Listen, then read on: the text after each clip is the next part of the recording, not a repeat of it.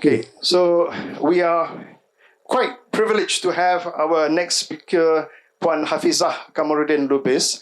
She was a senior editor at Bernaba, and she happens to be the Cicit great-granddaughter of Raja Billah, one of the earliest Mandailing leaders, and also Cicit Piot Saudara, great-great-granddaughter, of Raja Asal, Now, so I have to apologize to our guests from abroad. Puan Hafizah will be delivering her talk in Bahasa Melayu. Dan dengan itu saya mempersilakan Puan Hafizah. Terima kasih. Assalamualaikum warahmatullahi wabarakatuh. Dan selamat pagi and a very good morning to everybody. Okay, I want disclaimer, I'm not a historian. I'm just going to read a story by my grand uncle Raja Yaakob, who wrote a book on Raja Asal dan Tarikh Raja Asal dan keluarganya. Hope you can bear with me. Okay. This is the family picture of Raja Billah children. This is the only picture we have of Raja Billah and Raja Billah family. We don't have any picture of Raja Asal and Raja Billah because the Malays in the olden time pantang ambil gambar. So you know very well, kan? So on the left is Raja Yaakob, the eldest son of Raja Billah, who wrote a book on Raja Asal and the family. This is the eldest child of Raja Billah, the third. My grandmother, the second youngest, and the youngest Raja Shahbuddin. And the three kids are all my uncles and my aunties. Okay, Raja Billah, Raja Yaakob, when he retired from Penghulu Belanja in 1934, decided to write a book on the family history.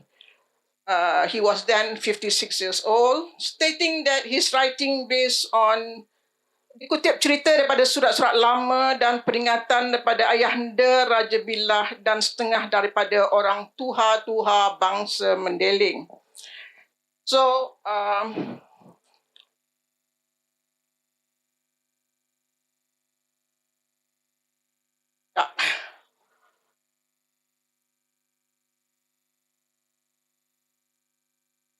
I want to move the slide.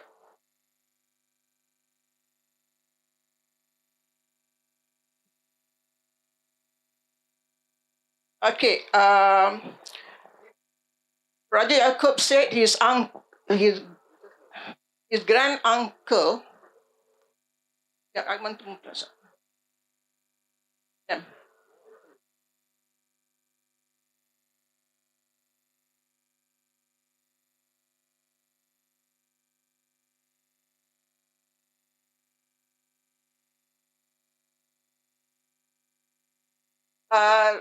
Raja Asal, anak Raja Terala, bermarga Nasution, berasal dari Banjarbatu, daerah Maga, Mandailing Hulu, Utara. Ke Tanah Melayu pada 1840 melalui laluan Kota Nopan, Rawa, Pandailan, Tandun, Kasikan, Palapan, Pantai Cermin, Pekanbaru, Siak, Seri Indraputa, Bengkalis sebelum ke Melaka dan kemudian ke Sungai Ujong sebelum ke Kelang. Dia menceritakan bahawa Raja Asal sebelum ke Tanah Melayu, beliau diiringi dengan perasaan kesumat dan bertawakal untuk merantau ke negeri Pahang kerana pada masa itu Pahang terkenal di Pulau Perca. Penggunaan kesumat oleh Raja Yaakob melahirkan bahawa pada zaman itu Raja Asal is really upset with what happened di Tanah Mendeleng dengan perang padri iaitu yang berpanjangan sehingga 16 tahun sejak 1821 dan kemudian diikuti oleh tindakan Belanda untuk mengambil alih pemerintahan di Tanah Mendeleng. Raja asal yakin datangnya ke Tanah Melayu, he will be far away from all these wars. Ayangnya, kata orang Melayu, keluar mulut singa masuk blok buaya, keluar blok buaya masuk singa, that he has to face so many wars in Tanah Melayu. Perang Pahang, Perang Selangor, and all the small wars in Perak, Lambor, and even terpaksa terbabit dalam usaha mencari Datuk Bahaman. So, these are the things that they never expect when they come to Tanah Melayu. But then Raja Yaakob said, when he arrived in Melaka, he found so many orang Mendeleng, keluarga, orang kampung, dah berada di Tanah Melayu. That is in 1840. Malah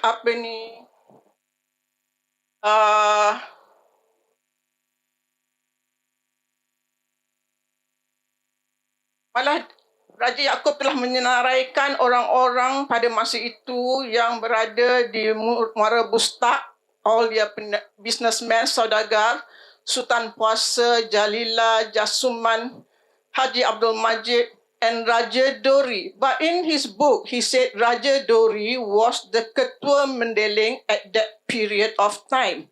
So this is a bit confusion because we thought it's Sultan Puasa, but at that moment in 1840 is Raja Duri. But Raja Duri went off to follow Raja Billah ke Papan living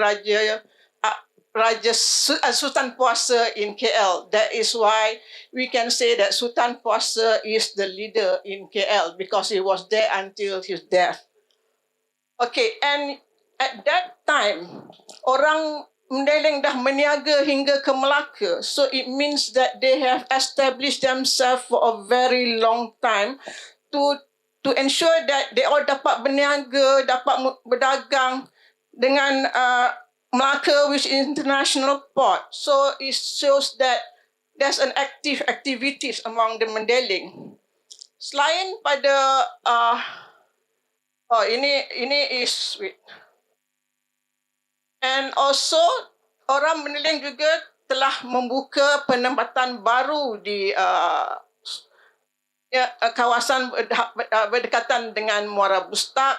Ampang diketuai oleh Raja Beranang, dibunus oleh Jabal Tuk atau Tuk Bunus, and the son is Bilal Masjid Papan bernama Haji Saleh. Di Gerongkong ini kata Pak Razak Lubis meliputi Setiawangsa, Jelatik, Wangsa Maju, dibuka oleh Hulu Balang Ali from Pahang. And di Pekan Kajang, Raja Berayun is the famous Mendeleng who is very rich, who is also Tengku Panglima Garang during ada kata Tengku Panglima Besar. Ada yang kata Tengku Panglima Garang during Sultan Abdul Samad, time Abdul Samad, and his son Raja Alang dinamakan Jalan Raja Alang di Kampung Baru, where setiap bulan Ramadan kita akan ke sana membeli juadah. Okay, dan Hulu Angat is Angku Tuha, and he said others he can't remember the name.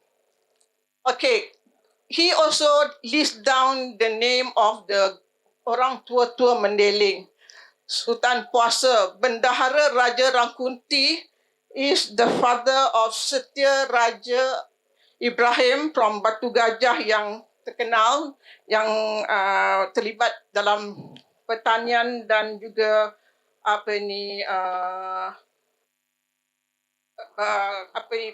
mining, pelumbungan. Okay.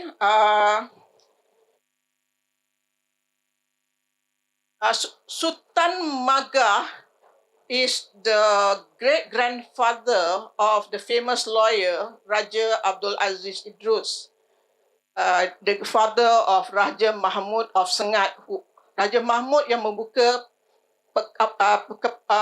penempatan di Sengat and was aktif dalam mining, pertanian, penanam kopi di daerah Kinta.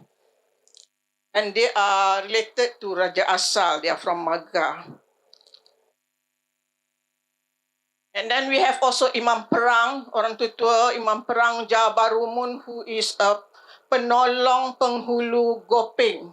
He is one of the person, he's the person who was responsible in opening Kampa and has been active in developing the town in Gopeng and Kampa. Sri Handalan is a Panglima, Sikaro, Melapak, Zaman Kuli, Raja Magas, Haji Ibrahim Tambangan. And we have Kudrat, we have Ankalkal, Haji Ali Pahang, Raja Sukma, Raja Dori. See, you can see the list of orang tua terdiri dari Domul Band, Panglima, Hulu Balang, and I think some are just business, that kind of thing. So,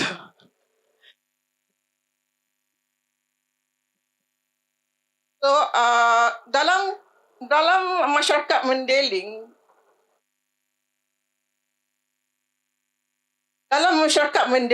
golongan Tuha ini memainkan peranan penting dalam sistem pentadbiran orang Mendeling, iaitu Namora Natoras. Namora is represented by golongan bangsawan, the noble, like Raja Asal, Sultan Puasa, who owns land, who have been keluarga di Mendeling adalah orang-orang yang ketua-ketua huta, heads of the village, religious, and orang tua-tua is the respected elders. So this committee comprising Namora and Natoras is the high level of decision making in managing the masyarakat Mendeling in Malaysia. So maknanya orang Mendeling bila pindah ke Malaysia, tanah Melayu, dia membawa sama adat resam dia, konsep perhubungan dia. So sistem dia semua. So dia move to tanah Melayu secara teratur. There's a leader to follow, there's pengikut, there's also army officers, everything inside the committee lengkap. And anak saudara Raja Asal, Raja Bilah, followed him to Tanah Melayu in 1860. Masa itu Raja Asal telah pindah dari Pahang ke Hulu Kelang. In 1955, Raja Asal berpindah ke Hulu Kelang kerana mendengar bahawa Hulu Kelang, Selangor begitu aktif dalam perlombongan. So di Hulu Kelang, the first thing he did is to buka huta dan juga sawah padi dan juga tanaman. So, and ternak haiwan. So maknanya he ensures there's a supply of food. Lepas tu baru dia berkelian membuka lombong. So this is the concept of orang Mendeling. Like my cousin Abdul Hamid Osman in his book said that orang Mendeling dia punya priority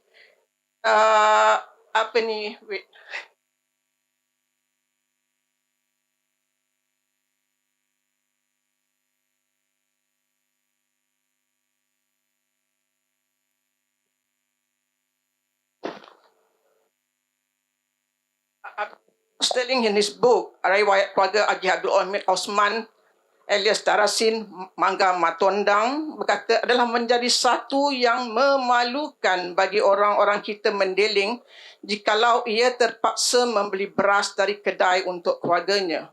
Boleh dikatakan orang-orang kita hampir semuanya membuat ladang padi huma. Selain menanam jagung, ubi kayu dan serta sayur-sayuran. Dia juga berkata orang Mendeling suka menjala ikan dan udang galah dari sungai-sungai berhampiran rumah mereka. Dan ikan yang ditangkap yang lebih akan disalai untuk dimasak lemak bersama ubi kentang dan daun ubi tumbuk atau dikenali sebagai gulai bulung gadung. yang merupakan masakan tradisi orang Mendeling. Ya, and pada saya ada cerita yang keluarga betapa jimatnya datuk saya, dia salai ikan tu, bila nak masak lemak, dia masukkan celup dan digantungkan balik.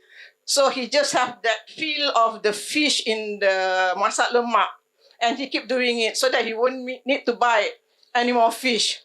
Orang dulu kedekut. So apa ni, that is how orang-orang di Muara Bustak, even Raja Asal, he opens also ladang sawah sawah di Setapak dan Segambut in the 1860s. Selain itu Sultan Puasa juga ada Tobat somewhere near Java Street, berhampiran dengan sungai sungai Asrama, sungai Kelang, the next one, small one, other one.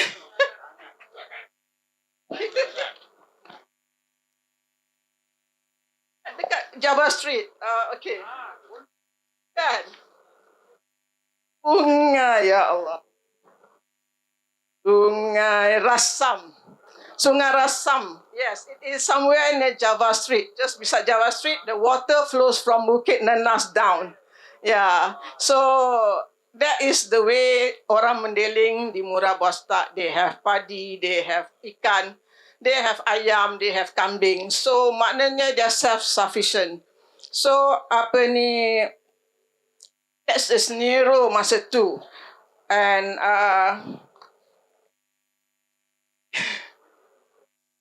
oh, good. So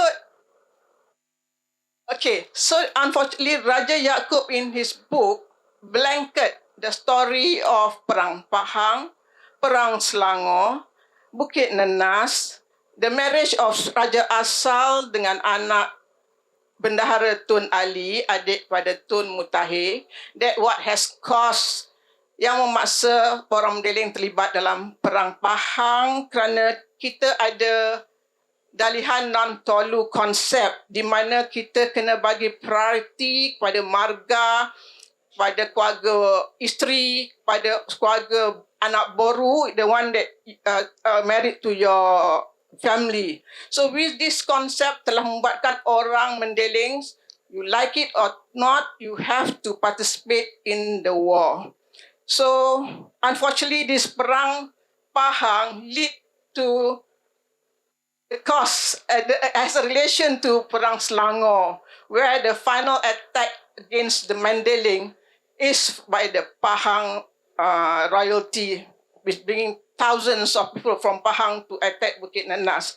So the interesting part yang I would like to touch is the way orang Mendeling menggunakan sistem perairan di Bukit Tinggi, just like the same yang they all implement in Papan, which is still being used in 1960s, menggunakan buluh, membawa air dari Bukit Kaca dan dilapik dengan plank of wood. So this buluh akan diantar ke setiap rumah, where in the house you can just move the buluh, you can go to the kitchen, then you stop, you can move to the toilet. So and the air yang lebih tu akan terus ke tobat di bawah rumah. This is the same concept you find in Hulu Kelang, in Muara Bustak. So that is a very interesting that you really see in Tanah Melayu. So another thing that I look to touch is the concept of Kubu Bukit Nenas.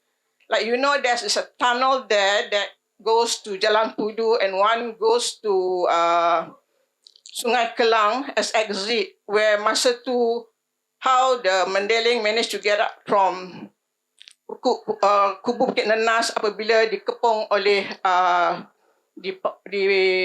by the Pahang punya soldiers.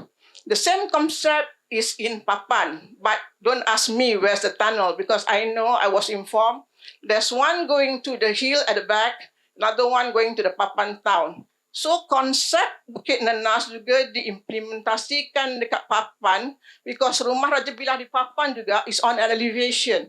You can see 360 degrees of Tapan Town from the top floor. And di rumah di atas tu, di tepi dinding, there is like satu tambah, dia ada built like a, okay, so where they keep the spears. So maknanya, if somebody attack, they already have the weapon to grab and just throw. So these are the things that orang Mendeleng yang terlampau, yang aktif terlibat dalam peperangan mempunyai their skills in defense themselves. So itu saja yang dapat saya berkongsi pada hari ini. Thank you very much for being here. Assalamualaikum warahmatullahi wabarakatuh.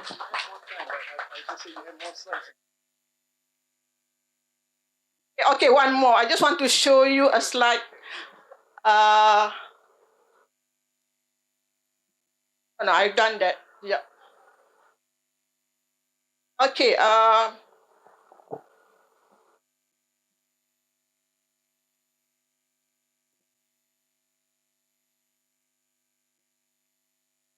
Start. I just want to show one the way. Yeah.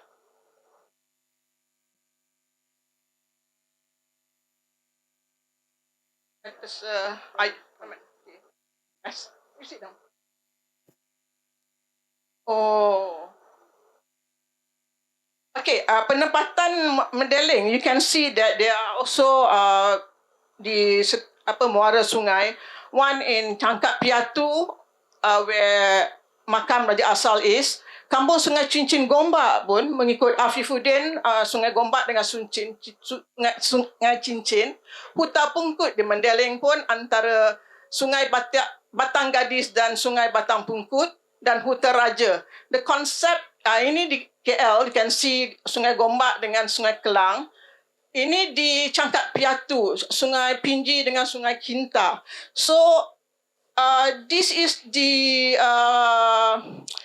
orang Mendeleng ni percaya bahawa duduk di muara dia punya rezeki lagi bertambah, ada ikan, ada timah, ada bijih, ada pelbagai. So that's why dia all selalu muka pendapatan di muara-muara sungai yang ada pertemuan dua sungai. Okay, I just want to show this is Kampung Rawa, the same thing like Datuk Haji share. Up there, this is, tak salah, rumah orang Sumatera, orang Mendeleng. Ni is Bukit Nenas, isn't it? So the wall is that, and then Bukit Timbalan, and here is the Bukit main bank tu. Bukit Mahkamah, but there's a name for it. So, Tengku Kudin bawa sepoi dari luar, ditempatkan di this fort, the wall of the fort. And then orang Mendeleng di sini di Bukit Nenas. So, orang Mendeleng dapat better advantage of the elevation so that they can attack the foreigners yang dibawa oleh Tengku Kudin. Walaupun they have the best technology, the best weapon, dia dapat kalahkan oleh orang Mendeleng. Sepoi, yeah. And then, what the Pahang lagi smart, they go to Bukit Timbalan up there. From there, they attack the Mendeleng. That's how we lost in the battle. Okay, so I think that's all I have to say. Oh, the Trowong. Okay, that's all I have to say. Thank you very much.